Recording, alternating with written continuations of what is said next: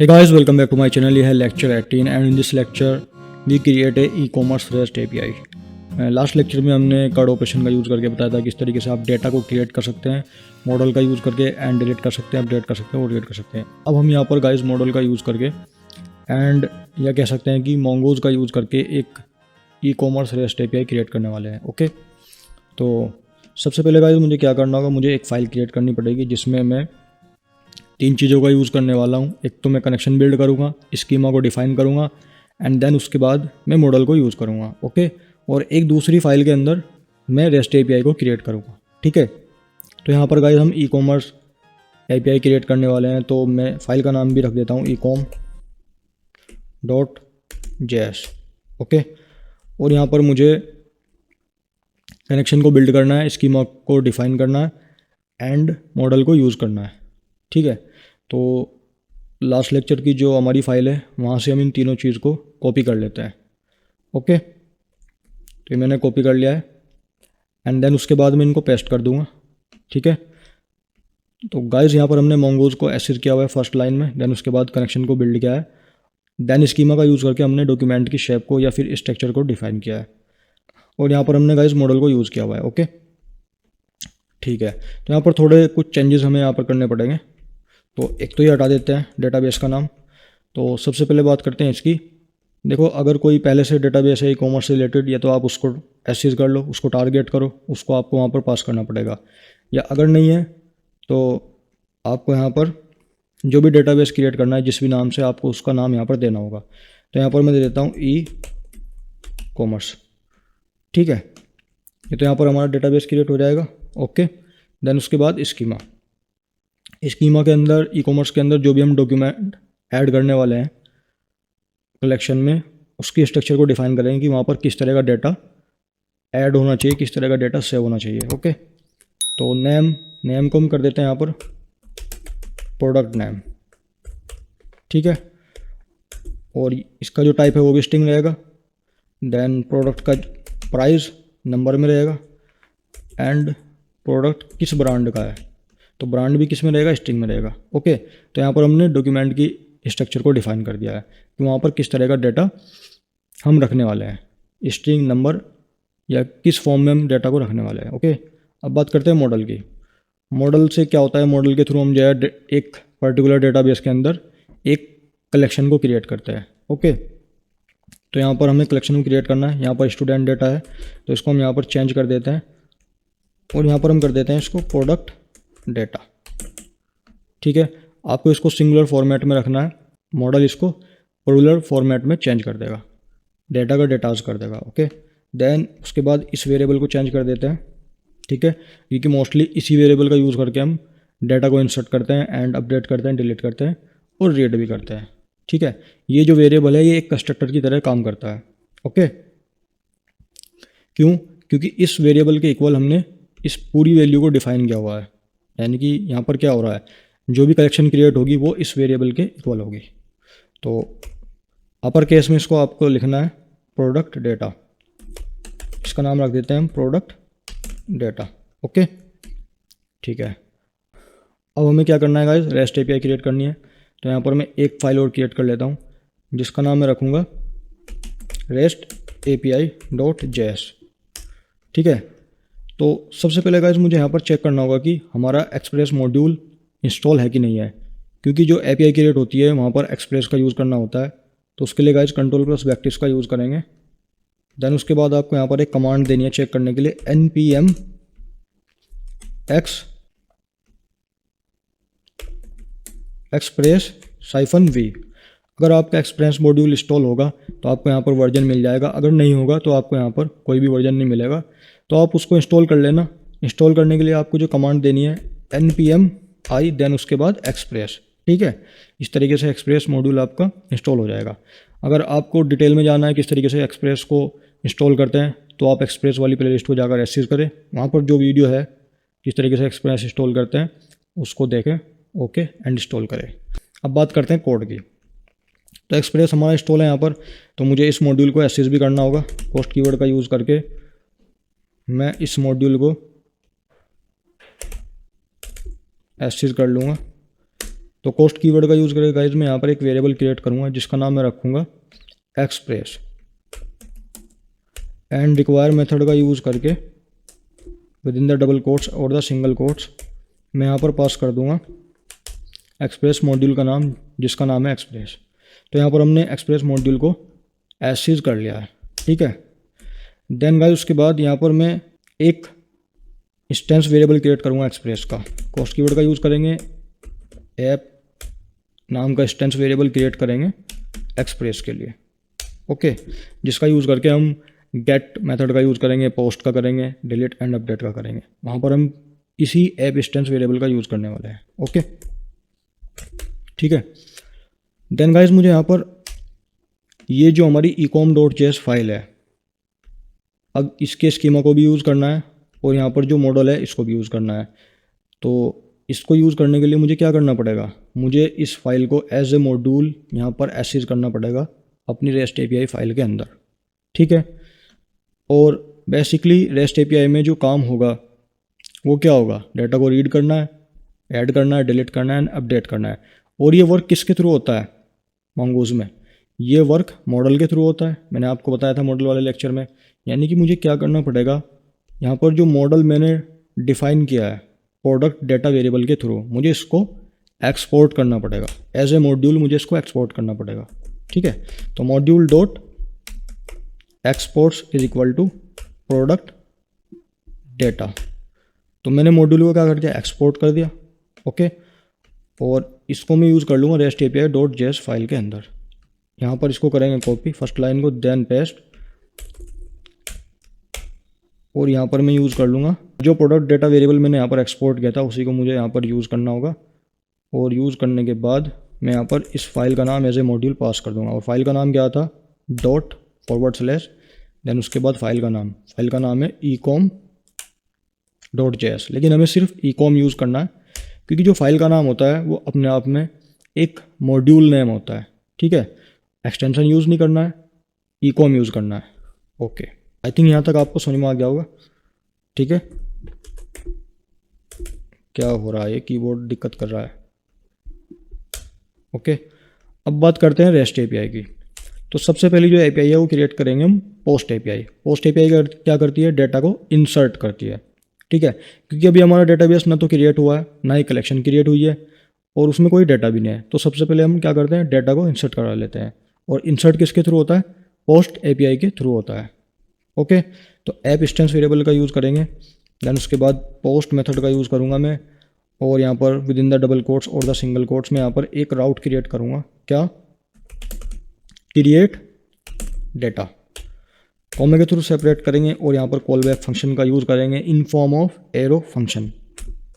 आप इसको simple function भी क्रिएट कर सकते हो, नो प्रॉब्लम। मैं यहाँ पर इसको एरो फंक्शन बना रहा हूँ, कॉल बैक फंक्शन को। और इस एरो फंक्शन के अंदर रिक्वेस्ट हैंडलर पास करेंगे और रेस्पॉन्स हैंडलर भी पास करेंगे, ओके। देन उसके बाद गाइज मुझे क्या करना होगा, यहाँ पर एक काम करते हैं, यहाँ पर एक कमेंट डाल देते हैं पोस्ट एपीआई, ठीक है। देन गाइज उसके बाद मुझे यहाँ पर क्या करना पड़ेगा, मुझे यहाँ पर डेटा को इंसर्ट कराने के लिए जो भी डेटा इंसर्ट कराना है उसको यहाँ पर डिफाइन करना पड़ेगा एक तरीके से। तो पोस्ट कीवर्ड का यूज़ करके मैं यहाँ पर एक वेरिएबल क्रिएट करूँगा, data is equal to, and then उसके बाद यहाँ पर न्यू कीवर्ड का यूज़ करेंगे।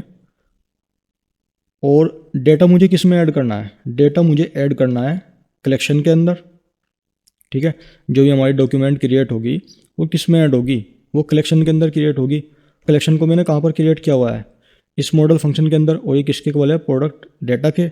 और इसी को मैं एज ए मॉड्यूल क्या कर रहा हूँ, एक्सपोर्ट कर रहा हूँ। यानी कि मुझे इसको एज ए कंस्ट्रक्टर यहाँ पर यूज़ करना पड़ेगा। और न्यू कीवर्ड का यूज़ हम किस लिए करते हैं, कंस्ट्रक्टर को क्रिएट करने के लिए। यहाँ पर मुझे यूज़ करना पड़ेगा प्रोडक्ट डेटा वेरिएबल को एज ए कंस्ट्रक्टर, ओके।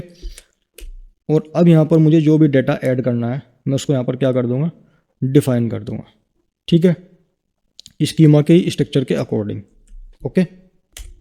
तो गाइस कर्ली ब्रेसेस का यूज़ करेंगे। और यहाँ पर जो मैंने स्कीमा डिफाइन की थी ecom.js फाइल के अंदर, थोड़ा सा इसको नीचे कर देते हैं टर्मिनल को। यहाँ पर मैंने जो देखो स्कीमा डिफाइन की हुई है और ये जो स्कीमा का नाम है ये तो हम चेंज करना भूल ही गए। स्टूडेंट की जगह इसको हम ईकॉम स्कीमा कर लेते हैं।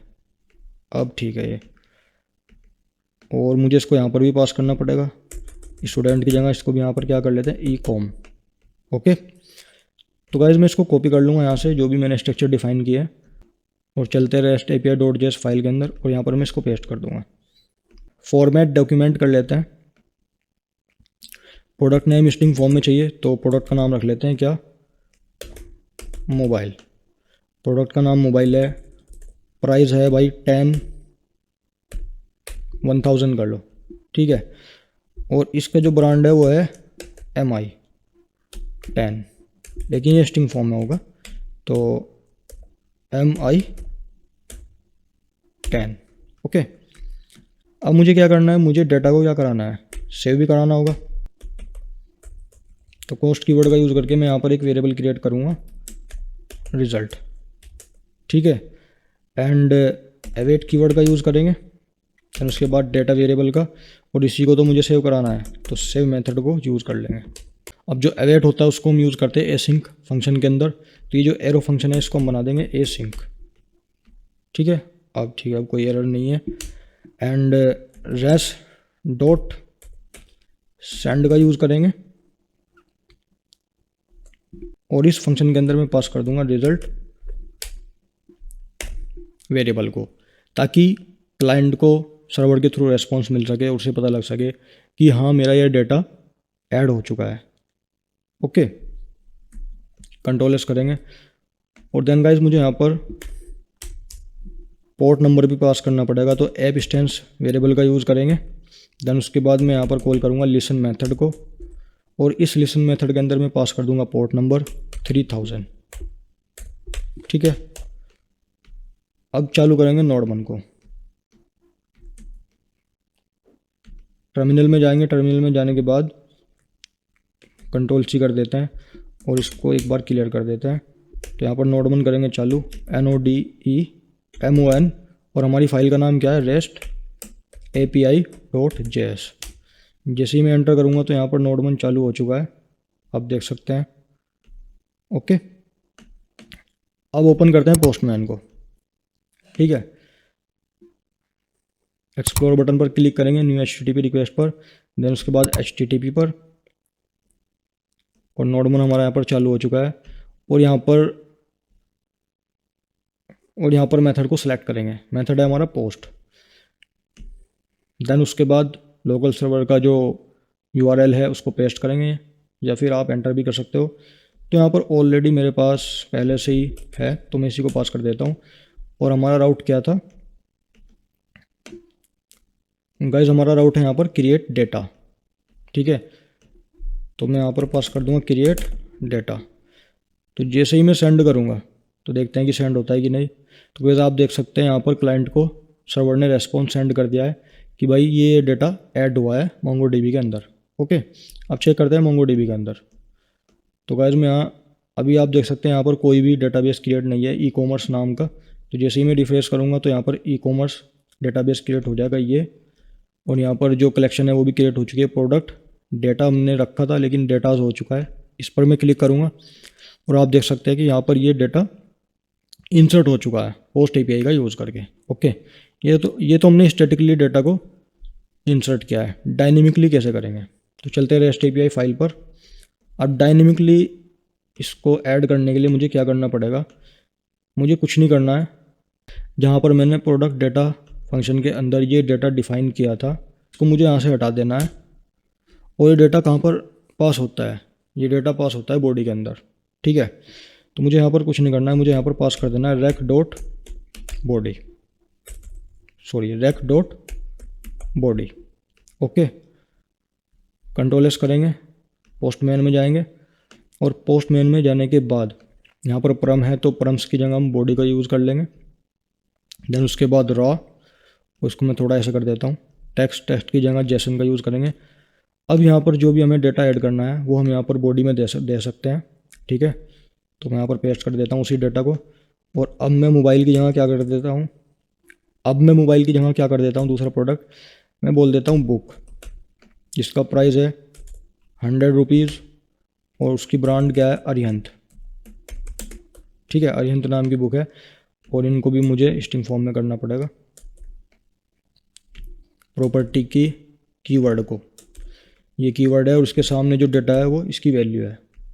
ओके, एक प्रॉपर्टी के अंदर एक कीवर्ड होती है, जो फर्स्ट होता है ये कीवर्ड होती है और ये वैल्यू होती है। ठीक है, तो अब जैसे ही मैं रिक्वेस्ट सेंड करूँगा तो अब यहाँ पर जो डेटा ऐड होगा वो कौन सा होगा। इसने कहा कि डेटा ऐड हो चुका है, ये डायनेमिकली हुआ तो इसने यहाँ पर रेस्पॉन्स सेंड किया है कि हाँ भाई ये डेटा ऐड हुआ है, लेकिन उसको मुझे देखना पड़ेगा मोंगोडीबी के अंदर। मैं यहाँ पर रिफ्रेश करूँगा या आप फाइंड पर भी आप क्लिक कर सकते हैं, तो आप देखोगे कि यहाँ पर कोई भी डेटा ऐड नहीं हुआ है। क्यों? तो गाइस यहाँ पर डेटा इसलिए ऐड नहीं हुआ है क्योंकि यहाँ पर हमने जेसन का यूज़ नहीं किया है। जेसन क्या करता है, जेसन ऑब्जेक्ट को स्ट्रिंग फॉर्म में कन्वर्ट करके उसको ऐड कर देता है। तो मुझे यहाँ पर यूज़ करना पड़ेगा जेसन का। देखिए कैसे यूज़ होगा, ऐप इंस्टेंस वेरिएबल का यूज़ करेंगे, देन उसके बाद यूज़ मेथड को कॉल करेंगे और इसके अंदर यहाँ पर यूज़ करेंगे हम एक्सप्रेस वेरिएबल को। ठीक है, डॉट लगा के हम यहाँ पर कॉल कर लेंगे जेसन को।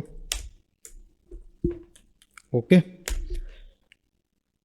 ओके, यानी कि यहाँ पर हुआ क्या था कि जब हम जेसन का यूज़ नहीं कर रहे थे तो हमने यहाँ पर जो बॉडी में डेटा हुआ, अब ये ऑब्जेक्ट की फॉर्म में है। अब ये कब ऐड होगा, जब हम जेसन का यूज़ करेंगे। जेसन क्या कर देगा, इस डेटा को स्ट्रिंग की फॉर्म में कन्वर्ट कर देगा और वो ऐड हो जाएगा किसमें, इस मोंगोडीबी के अंदर। ओके, क्योंकि जेसन तो यही करता है ना, ऑब्जेक्ट को स्ट्रिंग की फॉर्म में कन्वर्ट करता है। अगर पार्सर का यूज़ करेंगे तो पार्सर क्या करता है, वो स्ट्रिंग से ऑब्जेक्ट की फॉर्म में चेंज करता है, वो उल्टा करता है। तो यहाँ पर हमें जेसन का यूज़ करना पड़ेगा। तो कंट्रोल एस करते हैं। कंट्रोल एस करने के बाद फिर से यहाँ पर हमें एक रिक्वेस्ट सेंड करेंगे। तो अब देखो, अब इसने पूरा डेटा रीड किया, इसने बताया है क्लाइंट को कि भाई ये डेटा ऐड हुआ है, बुक 100 अरिहंत आईडी नंबर ये है। अब चलते हैं मोंगोडीबी कंपास में और मैं इसको फाइंड पर क्लिक करूँगा तो आप देख सकते हैं यहाँ पर डेटा ऐड हो चुका है। इस तरीके से आप डायनेमिकली डेटा को ऐड कर सकते हैं पोस्ट एपीआई के थ्रू। अब बात करते हैं डेटा को रीड करने की। तो चलते हैं रेस्ट एपीआई .js फाइल पर। अब डेटा रीड कैसे होगा, तो करना कुछ नहीं गाइस, मैं इसको कॉपी कर लेता हूँ। ठीक है, कॉपी करने के बाद जो इसको पेस्ट करेंगे और पोस्ट को कर देंगे गेट। गाइस गेट के थ्रू हम डेटा को रीड करते हैं, जो गेट एपीआई होती है उसके थ्रू हम क्या करते हैं, डेटा को रीड करते हैं। तो पोस्ट को कर देंगे गेट। ओके, और चेंज कर देते हैं यहाँ पर भी, इसको कर देंगे रीड डेटा। और अब मुझे यहाँ पर डेटा को रीड करना है। डेटा को कहाँ से रीड करना है, कलेक्शन से। और जो कलेक्शन है वो किसके इक्वल है, प्रोडक्ट डेटा के। यानी कि जो प्रोडक्ट डेटा है वो एक कंस्ट्रक्टर की तरह यूज़ हो रहा है। ओके, ठीक है, मतलब यहाँ पर कुछ इस तरह की मेमोरी क्रिएट हो रही है। अगर हम समझे कि ये एक कलेक्शन है ई कॉमर्स की और ये एक न्यू ऑब्जेक्ट है, ये किसके थ्रू क्रिएट हुआ है, इस कंस्ट्रक्टर के थ्रू। तो मुझे पहले इस पर जाना पड़ेगा। मतलब ये है कि अगर मुझे इसके अंदर कुछ चेंज करना है तो मुझे इस न्यू ऑब्जेक्ट के पास जाना पड़ेगा। और ये न्यू ऑब्जेक्ट पावर रखता है एग्जिस्टिंग ऑब्जेक्ट की वैल्यू को चेंज करने की। ठीक है, उसको रीड करने की, अपडेट करने की, उसमें डेटा को इंसर्ट करने की। तो इसीलिए हम यहाँ पर ये बार बार प्रोडक्ट डेटा का यूज़ कर रहे हैं। ओके, ठीक है। अरे भाई, तो अब मुझे क्या करना पड़ेगा डेटा को रीड करने के लिए, मुझे कुछ नहीं करना है। इसको हम कर देंगे कमेंट, इस लाइन का कोई यूज़ नहीं है, ये यूज़ हो रही थी डेटा को ऐड करने के लिए। अब मुझे क्या करना है, डेटा को रीड करना है। तो जहाँ पर हमने डेटा वेरिएबल का यूज़ किया था सेव करने के लिए, वहाँ पर मुझे यूज़ करना पड़ेगा किसका, प्रोडक्ट वेरिएबल का, जो कि हमने एज ए कंस्ट्रक्टर यूज़ किया है। ओके, और सेव की जगह हम यूज़ करेंगे फाइंड मेथड का। ठीक है, बस इतना सा हमें चेंज करना था। कंट्रोल एस करेंगे। ठीक है, देन उसके बाद पोस्टमैन में आएंगे और इसको मैं क्लीन कर देता हूँ यहाँ से। और पोस्ट की जगह हम सेलेक्ट करेंगे गेट मेथड को, और जो क्रिएट डेटा है इसको मैं कर दूंगा रीड डेटा। और अब मैं रिक्वेस्ट सेंड करूँगा तो सर्वर क्लाइंट को रेस्पॉन्स करेगा, जितना भी डेटा है मोंगोडीबी के अंदर उसको रेस्पॉन्स कर देगा कि भाई ये डेटा है, रीड कर ले। तो मोबाइल उसके बाद कुछ भी ऐड नहीं हुआ था क्योंकि हमने जेसन यूज़ नहीं किया था, आप देख सकते हैं। देन उसके बाद आप देख सकते हैं यहाँ पर ये थर्ड डॉक्यूमेंट है हमारा, बुक अरिहंत प्राइस 100। ओके, और यहाँ पर बॉडी को यूज़ करने की कोई आवश्यकता नहीं पड़ती, यहाँ पर परम्स ही रखता है। ठीक है, तो इस तरीके से आप गेट एपीआई का यूज़ करके डेटा को रीड कर सकते हैं। ओके, अब बात करते हैं हम यहाँ पर डेटा को अपडेट करने की। अब डेटा कैसे अपडेट होगा, तो मैं इसको करता हूँ कॉपी। कॉपी करने के बाद इसको कर लेते हैं पेस्ट। ठीक है, इसको थोड़ा ऊपर कर लेते हैं ऐसे, एंड जहाँ पर गेट है उसको मैं कर दूंगा क्या, अपडेट करना है हमें डेटा, तो यहाँ पर हम यूज़ करेंगे पुट एपीआई का। गेट की जगह भी क्या कर देंगे, पुट, और रीड डेटा को कर देंगे हम अपडेट डेटा। ठीक है, और इस लाइन की कोई आवश्यकता नहीं है, मैं इसको हटा देता हूँ यहाँ से, और ऊपर से भी मैं इसको हटा देता हूँ। कभी आपको कन्फ्यूज़न हो कि भाई ये कमेंट दे रखी है, वो सिर्फ डेटा को इंसर्ट करने के लिए यूज़ होती है। ठीक है, तो अब कुछ नहीं करना है, जहाँ पर हमने फाइंड मेथड का यूज़ किया था, फाइंड फंक्शन का यूज़ किया था, इस जगह पर हमें यूज़ करना है अपडेट वन मेथड का। ओके, और स्टैटिकली तो आपको पता है कि किस तरीके से ये काम करता है अपडेट वन मेथड, उसका आपको सिंटैक्स भी पता है। ठीक है, एक कर्ली ब्रेसेस होता है, यहाँ पर हम जो भी वैल्यू चेंज करनी है उसको यहाँ पर इनिशियलाइज करते हैं, देन उसके बाद सेट मेथड का यूज़ करते हैं। ओके, और इस कर्ली ब्रेसेस में जो भी हमें न्यू वैल्यू चेंज करनी है उसको यहाँ पर देते हैं। तो ये इसका सिंटैक्स है स्टैटिक वाला, लेकिन हम यहाँ पर डायनेमिकली डेटा को चेंज करेंगे। तो देखिए उसके लिए क्या करना पड़ेगा, ये जो अपडेट डेटा है इसके बाद हम फॉरवर्ड स्लैश के बाद यूज़ करेंगे कोलन, और देखो हम यहाँ पर जो डेटा चेंज करेंगे वो हम आईडी के थ्रू करेंगे। ठीक है, और आईडी यहाँ पर क्या है, अंडरस्कोर आईडी। ठीक है, आईडी का फील्ड किस नाम से है, अंडरस्कोर आईडी, तो इसी को मैं यहाँ पर पास कर दूंगा अंडरस्कोर आईडी। ओके, अब ये जो आईडी है, अब ये जो आईडी पैरामीटर मैंने यहाँ पर पास किया है राउट, ये एक तरीके से राउट है, एक तरीके से गाइस यहाँ पर ये क्या है, ये राउट है, और यहाँ पर मैंने आईडी को एज ए पैरामीटर पास किया है। ओके, और इसकी वैल्यू मुझे कहाँ पर देनी होगी, इसकी वैल्यू मुझे यहाँ पर देनी होगी पोस्टमैन के अंदर। तो इस वैल्यू को रिकॉग्नाइज में कैसे करूँगा, इस वैल्यू को मैं मैप कैसे करूँगा, तो इसके लिए गाइस हम यूज़ करते हैं परम्स का। परम्स क्या करता है, परम्स राउट पैरामीटर की वैल्यू को मैप करता है, रिकॉग्नाइज करता है, और जब ये रिकॉग्नाइज हो जाएगी तब उसको बड़ी आसानी से आप बॉडी के थ्रू चेंज कर सकते हो। देखिए कैसे, पहले हमें क्या करना है, वैल्यू को रिकॉग्नाइज करना है। ओके, तो रैक डॉट परम्स। ठीक है, किसकी वैल्यू को रिकॉग्नाइज करना है, आईडी की, तो अंडरस्कोर आईडी कोलन। ठीक है, ये तो हमें वैल्यू रिकॉग्नाइज हो जाएगी, यहाँ पर वैल्यू मैप हो जाएगी। तो गाइस अब आपको क्या करना है, कॉमे के थ्रू सेपरेट करेंगे, देन उसके बाद कर्ली ब्रेसेस का यूज़ करेंगे, और यहाँ पर यूज़ करेंगे हम सेट ऑपरेटर का, डॉलर सेट ऑपरेटर का, ये वैल्यू को सेट करता है, और हम डायनेमिकली वैल्यू को सेट कर रहे हैं, तो यहाँ पर हमें यूज़ करना पड़ेगा रैक डॉट बॉडी का। ठीक है, इसकी हेल्प से हम क्या कर देंगे, डायनेमिकली वैल्यू को चेंज कर देंगे, अपडेट कर देंगे, कंट्रोल एस करेंगे। ठीक है, और चलते हैं लोकल होस्ट के अंदर, और हमारा जो राउट है वो है, देख लेते हैं क्या है, अपडेट डेटा, देन उसके बाद आईडी। तो यहाँ पर अपडेट डेटा कोलन आईडी। अब यहाँ पर हम कोई भी आईडी कॉपी कर लेंगे, तो इस सेकंड डॉक्यूमेंट के अंदर कोई भी डेटा नहीं है, तो इसी में डेटा को अपडेट करते हैं। अपडेट करने का मतलब है आप डेटा को इंसर्ट कर सकते हो, चेंज कर सकते हो। ठीक है, दो चीज़ कर सकते हो आप। तो मैं इसको पेस्ट करूँगा, और अब मुझे यूज़ करना पड़ेगा बॉडी का, क्योंकि बॉडी के थ्रू ही हम क्या करेंगे, वैल्यू को चेंज कर सकते हैं। और यहाँ पर जैसन देख लेते हैं कि ऑलरेडी सेलेक्ट है। ठीक है, और मैं डाल देता हूँ इस वाले डॉक्यूमेंट में कि यहाँ पर जो प्रोडक्ट रहेंगे वो भाई वो ग्रोसरी के रहेंगे, प्रोडक्ट नेम शॉप। ठीक है, 10 रुपीज़ की रहेगी, और जो इसका ब्रांड रहेगा वो रहेगा डेटॉल। ओके, स्पेलिंग मिस्टेक हो सकती है, मुझे डेटॉल की स्पेलिंग नहीं पता, आप देख लेना खुद। और जैसे ही मैं डेटा को सेंड करूँगा तो यहाँ पर एरर देखने को मिल रहा है। एरर क्या है? Can not gate. हाँ ठीक है, गेट नहीं, यहाँ पर हमें पुट करना था, पुट को सिलेक्ट करना है। अब मैं यहाँ पर सेंड करूँगा डेटा को। तो आप देख सकते हैं एक्नॉलेज ट्रू हो गई, मॉडिफाइड काउंट 1 यानी कि एक मॉडिफिकेशन हुआ है, और मैच काउंट 1 यानी कि एक आईडी मैच हुई है और इसी में एक अपडेट हुआ है। तो चलते हैं मोंगोडीबी में और मैं इसको रिफ्रेश करूँगा तो आप देखोगे कि यहाँ पर डेटा ऐड हो चुका है। Brand, Dettol, price 10, product name, shop. Okay, तो इस तरीके से आप पुट एपीआई का यूज़ करके डायनेमिकली डेटा को अपडेट कर सकते हो और चेंज कर सकते हो। अच्छा, चेंज कैसे होगा? देखो चेंज भी ऐसे ही होगा, कुछ नहीं करना है। अब मैं चाहता हूँ जो ये शॉप है, भाई ये गलत डाल दिया, शॉप नहीं था ये, डिटोल का ये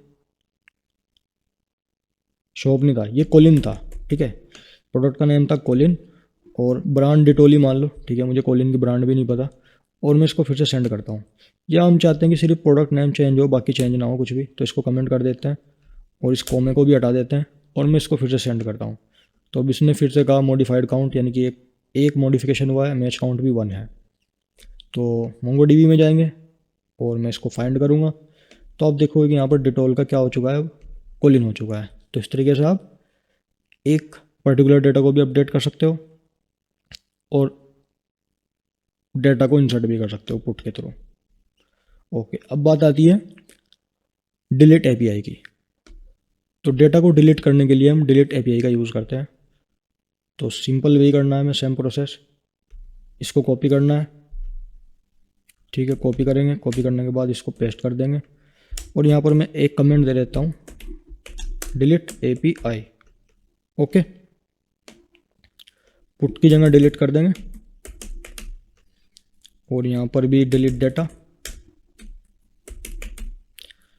बाकी ये पैरामीटर यही रहेगा, राउट पैरामीटर, आईडी, और अपडेट 1 को हम कर देंगे डिलीट 1। ठीक है, एंड इसको भी हटा देते हैं क्योंकि इसका डिलीट का सिंटैक्स अलग है।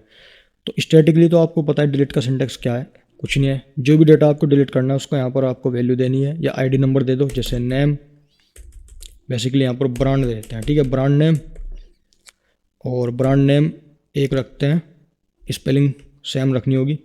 तो डिटोल है कैपिटल में, तो डिटोल। ओके, कंट्रोल एस करेंगे, चलते हैं पोस्टमैन पर और पुट की जगह मैं यहाँ पर कर दूंगा डिलीट और आईडी यही रहेगी, बस यहाँ पर चेंज कर देंगे डिलीट डेटा। बाकी आईडी तो यही थी हमारी, इसको हटा देते हैं, आईडी भी दोबारा से ले लेते हैं। ओके, इस आईडी को सिलेक्ट करूँगा मैं, कॉपी करने के बाद यहाँ पर पेस्ट कर दूँगा। ठीक है, और बाकी मुझे कुछ करने की आवश्यकता नहीं है, और इसको मैं परम्स कर देता हूँ, सेंड करेंगे तो देखो एक्नॉलेज ट्रू और डिलीट काउंट 1 यानी कि यहाँ पर एक डिलीट हुआ है। मोंगोडीबी में चेक करते हैं, मैं इसको रिफ्रेश करूँगा तो वो पूरा का पूरा डॉक्यूमेंट क्या हो गया है, डिलीट हो गया है। ओके, अब डायनेमिकली अगर मुझे डिलीट करना है तो कैसे होगा, देखो कैसे होगा।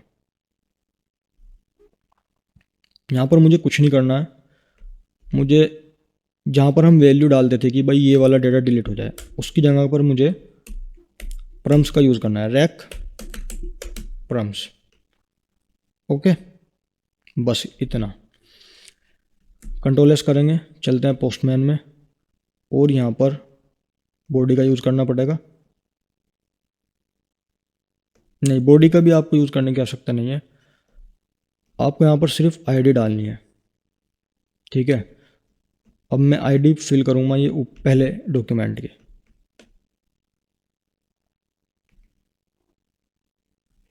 सिलेक्ट करेंगे, देन इसको कॉपी करेंगे और इस आईडी की जगह मैं क्या कर दूंगा, मैं इसको पेस्ट कर दूंगा और जैसे ही मैं सेंड करूँगा तो अब ये कह रहा है एक्नॉलेज ट्रू डिलीट काउंट 1।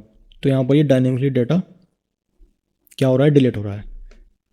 ठीक है, यूज़र ने भाई ये रिक्वेस्ट दी, सेंड करी, और सर्वर ने क्लाइंट को यहाँ पर रेस्पॉन्स सेंड कर दिया कि भाई जो तुमने रिक्वेस्ट दी थी उसके अकॉर्डिंग मैंने डेटा को डिलीट कर दिया है। तो फर्स्ट वाली दी थी तो फाइंड करेंगे तो आप देख सकते हैं वो डिलीट हो चुकी है। अब यहाँ पर क्या बची है, बुक और प्राइस 100, ब्रांड अरिहंत। यहाँ पर सिर्फ एक डॉक्यूमेंट आपका बचा है। ओके, तो गाइस इस तरीके से आप post, get, put and delete API का यूज़ करके एक रेस्ट एपीआई क्रिएट कर सकते हो किसी भी कैटेगरी के लिए। किसी भी कैटेगरी के लिए आप एपीआई क्रिएट कर सकते हो। आई थिंक आपको समझ में आ गया होगा। ओके, यहाँ पर हमने एक ecom.js फाइल बनाई थी जहाँ पर हमने 3 चीज़ रखी थी, कनेक्शन, स्कीमा एंड मॉडल, और एक रेस्ट API.js फाइल क्रिएट की थी जहाँ पर हमने इस फाइल को एक्सेस किया था और यहाँ पर एक्सप्रेस को एक्सेस किया था। एंड देन उसके बाद यहाँ पर हमने post API, get API, put API and delete API create की हुई है। तो गाइज मेरी गिटहब प्रोफाइल पर जाना, वहाँ पर आपको MongoDB रेपो के अंदर सारे कोड मिल जाएंगे। तो इसको आप अच्छे से समझना कि ये काम कैसे कर रहे हैं। ओके, तो प्लीज़ वीडियो को लाइक कर दें, शेयर कर दें एंड एक कमेंट ज़रूर करें। मिलते हैं नेक्स्ट वीडियो में। थैंक यू सो मच, धन्यवाद।